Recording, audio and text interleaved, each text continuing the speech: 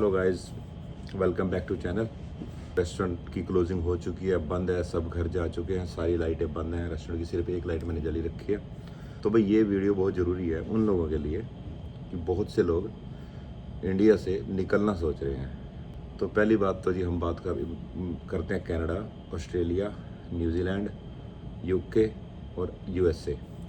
भाई ये hot countries हैं, सबकी नज़र में यही आता है जब बाहर जाना होता है ना। सबसे पहला स्टेप यही होता है कि आपने कंट्री चूज़ कौन सी करनी है।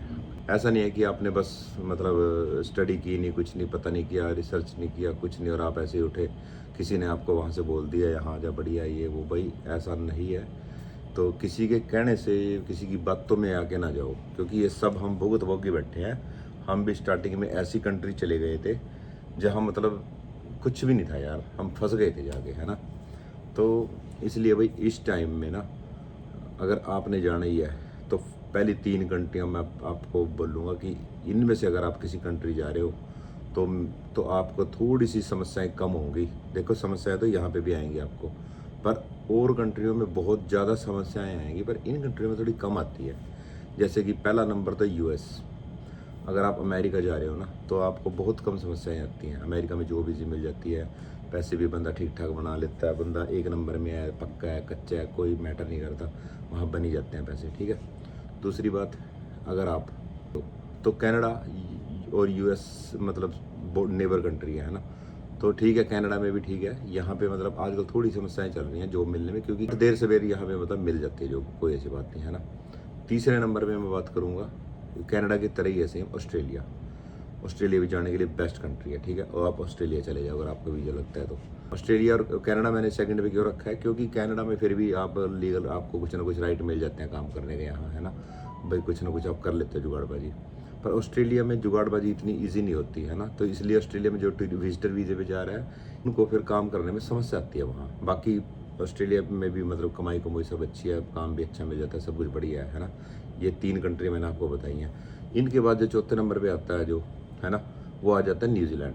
न्यूजीलैंड में भी मतलब ऑस्ट्रेलिया और कनाडा की तरह न्यूजीलैंड के अंदर भी ये है कि अगर आपके पास पेपर है तो आप अच्छा काम करोगे, अदरवाइज न्यूजीलैंड में भी काम की बहुत कमी है। पता है यूके की, बहुत से लोग यूके भी जाना है, मतलब यूके का वीज़ा थोड़ा ईजी लग जाता है अमेरिका कनाडा से। ऑस्ट्रेलिया से, अमेरिका कनाडा से यूके का वीज़ा थोड़ा ईजी लग जाता है। तो बंदा सोचता है कि यार इजी वीज़ा मिल रहा है, निकल जाओ, है ना, यूके के अंदर। और पीआर का तो आप भूल ही जाओ, है ना। यो मतलब यार आजकल कनाडा जैसे देशों में पीआर मुश्किल हो रही है, तो वो तो फिर इंग्लैंड है भाई। वहाँ तो आपको पता ही है कि वहाँ तो आज से 10 साल पहले भी बहुत हार्ड लाइफ थी, है ना। तो पहला हमारा मकसद होता है इन कंट्रियों में आके परमानेंट रेजिडेंस, क्योंकि परमानेंट रेजिडेंस के बिना भाई यहाँ पे कुछ नहीं है, हम कुछ भी नहीं है यहाँ पे। जब हम परमानेंट रेजिडेंस हो जाते हैं, पीआर या ग्रीन कार्ड या जो भी मर्जी कह लो आप, है ना, तो उसमें ना, तो उसके बाद ही आपकी यहाँ पे लाइफ स्टार्ट होती है। उससे पहले तो यार आप धक्के खा रहे हो यहाँ पे, है ना। उससे पहले कुछ नहीं बनता यहाँ। तो जी इसलिए पहले तो कंट्री सही सिलेक्ट करें, और उसके बाद अगर आपका सर रहा है ना इंडिया में ही, मतलब आपको इंडिया में अच्छी जॉब मिल रही है, या आपको इंडिया में सेटलमेंट बन रही है, या कुछ ना कुछ सिस्टम बन रहा है, तो भाई इंडिया ना छोड़ दो। क्योंकि इंडिया भी भाई इस टाइम डेवलपिंग कंट्री, बहुत डेवलप कर रहा है इंडिया। तो इंडिया ना छोड़ दो, अपना कोई भी बिजनेस स्टार्ट करो, कुछ भी करो। कोई अगर जॉब नहीं कर रहे तो यार कुछ भी काम कर लो। 140 करोड़ पॉपुलेशन है वहाँ, काम की कमी नहीं है। बिजनेस तो वहाँ पे चलता है, हब है ना।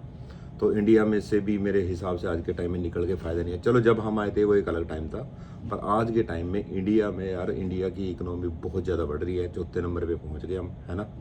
तो अब वो टाइम नहीं रहा इंडिया का, आज से 15 साल पहले वाला, कि भाई इंडिया में दिक्कतें हैं, ये है, सैलरियाँ कम है। आज यार इंडिया में भी सैलरी भी अच्छी है, 50, 70, 80 हज़ार रुपये मतलब लोग नॉर्मल ले रहे हैं आज वहाँ, है ना। जब कभी हम आए थे तो वहाँ सैलरी वही 10-12 हज़ार होती थी, है ना।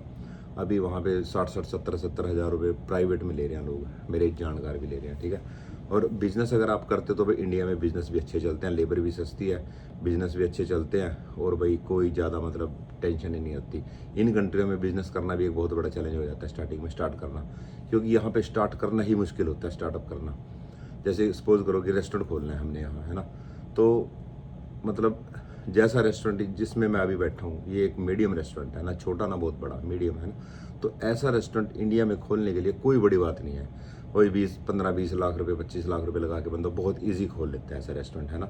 और सिटी से परमिशन ये वो, मतलब एक नॉर्मल से बेस पे ऐसा रेस्टोरेंट 50-60 सीटिंग का रेस्टोरेंट बंदा बहुत ईजी खोल लेता है। पर भाई कनाडा में 50 सीटिंग रेस्टोरेंट खोलने के लिए ना बंदे का बहुत जोर लग जाता है। और जो काम हमारा इंडिया 20 से 25 लाख रुपए में रेस्टोरेंट खुलता है यार, वो यहाँ कम से कम ना करते 1-1.5 करोड़ लग जाता है इंडिया का। ये बात क्योंकि इस टाइम अगर आप यहाँ छोटा सा पिज़्ज़ा स्टोर भी खोलते हो, डाइन इन नहीं, जस्ट ओनली टेक आउट, है ना, अपना जो अपना लोअर मेनलैंड एरिया यहाँ की मैं बात करूँगा, है ना, तो जो यहाँ पे अगर आप आज पिज़्ज़ा स्टोर भी खोलते हो कम से कम $1.5 लाख आप मान के चलो, ठीक है, इंडिया का 1 करोड़ से थोड़ा बहुत ऊपर ही है ना। 1 करोड़ रुपए में पिज़्ज़ा स्टोर खुलता है यहाँ पे। अगर आप इंडिया में खोलते हो पिज़्ज़ा स्टोर यार 10-15 लाख 20-25 लाख में बढ़िया पिज़्ज़ा स्टोर खुल जाता है इंडिया में।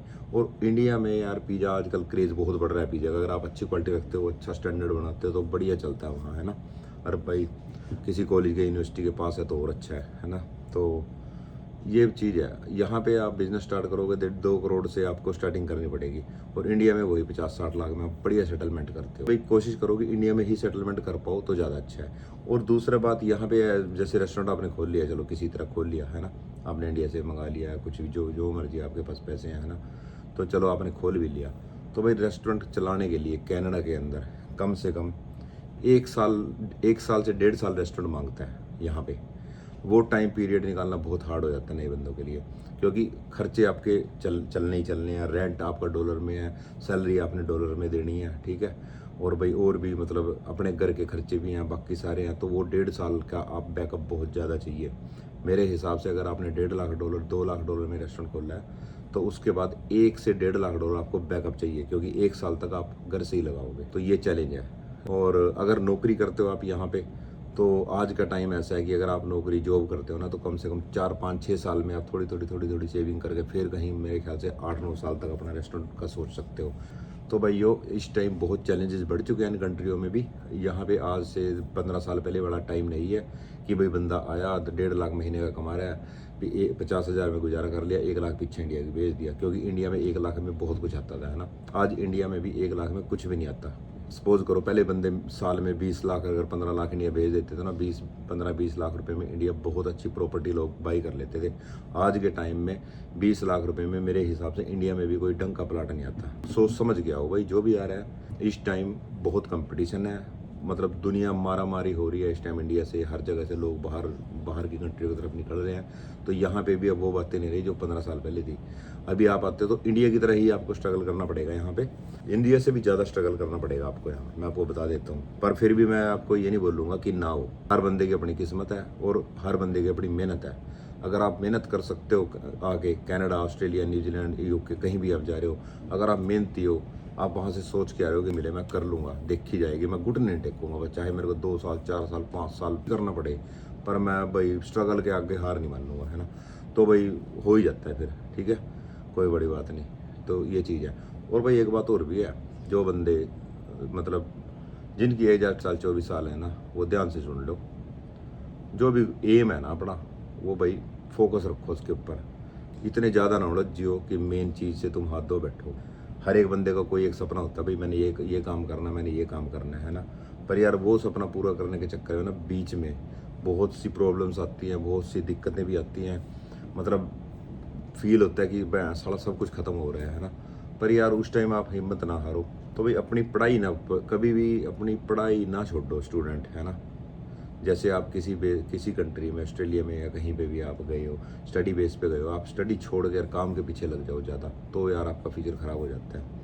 अगर आप पेरेंट्स भी को भी बोलूँगा, अगर आपके बच्चे जा रहे हैं बाहर, तो आपने 15-20 लाख लगाया है, तो भाई 15-20 लाख और भेज दो उन पे, तो उनका स्ट्रगल कम हो जाएगा, वो ईजी हो जाएंगे और बढ़िया रह जाएंगे वो, ठीक है, डिप्रेशन में नहीं आएंगे, ठीक है। तो ये चीज़ होती है भाई, अगर बाहर जाना है तो सोच समझ के जाओ। आज के टाइम में वो टाइम रहा नहीं है, ठीक है ना। मेरे एक फ्रेंड ने मेरे को बोला था, भाई आप सबको बोलते हो आ जाओ कनाडा, आ जाओ, यहाँ आ जाओ, वहाँ आ जाओ, पर अभी तो दिक्कतें हैं यहाँ पे। पर मैं ये बोलता हूँ, मेरा कहने का मतलब ये नहीं है कि आप यहाँ आओगे कि आपको काम नहीं मिलेगा, ये होगा। मैं बोलता हूँ कि भाई तैयारी से आओ यहाँ। अगर आ रहे हो खाली बिल्ली उठ के ना आओ, कोई स्किल सीख के आओ। स्किल इन द सेंस, जैसे स्किल का मैं बोल रहा हूँ कि आप कुक का काम सीख के आओ, शेफ़ बन के आओ, नाई का काम सीख के आओ, हेयर स्टाइल का, कोई ब्यूटी पार्लर का काम सीख के आओ, कोई प्लम्बिंग का काम सीख के आओ, इलेक्ट्रीशियन का काम सीख के आओ। मतलब कुछ ना कुछ स्किल सीख के आओ ऐसे यहाँ पे जो आप आ रहे हो। जैसे कि भाई इलेक्ट्रिशियन का काम, एसी रिपेयर का काम, कूलर रिपेयर का काम, ये इस तरह के काम सीख के आओ तो आपको यहाँ फिर भी इजीली कहीं ना कहीं काम मिल ही जाता है।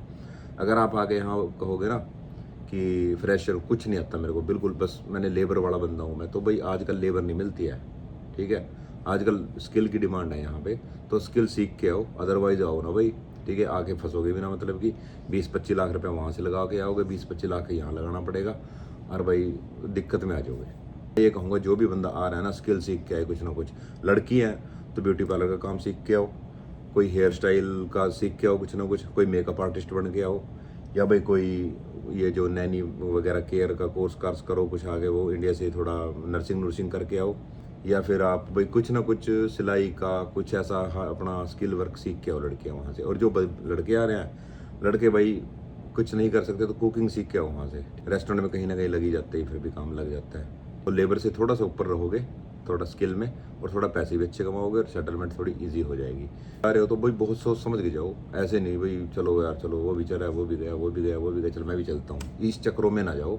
इंडिया में काम सेट है तो कोई जरूरत नहीं कहीं जाने की। 5-7 एकड़ ज़मीन है, कोई दुकानदारी खोल रखी है डैडी ने, या कोई अपना कोई बिजनेस है छोटा मोटा, प्रॉपर्टी का काम कर रहे हो, इंश्योरेंस का काम कर रहे हो, या कोई रेस्टोरेंट है या कोई कपड़े की दुकान है, तुम्हारा इंडिया में कुछ भी है ना, तो वहीं पे अपना बिजनेस सेट करो, क्योंकि इंडिया में भी बिजनेस बहुत चलते हैं। बाहर आओगे तो वही बिजनेस जो इंडिया में तुम्हारे पेरेंट्स का, तुम्हारे माँ बाप का बिजनेस है, वो यहाँ बढ़ाने के लिए बहुत मेहनत करनी पड़ेगी, आपको बहुत ज़्यादा मेहनत करनी पड़ेगी। तो ठीक है guys, thank you and keep watching. तो मिलते हैं आपसे नेक्स्ट वीडियो में। ओके जी, बाय।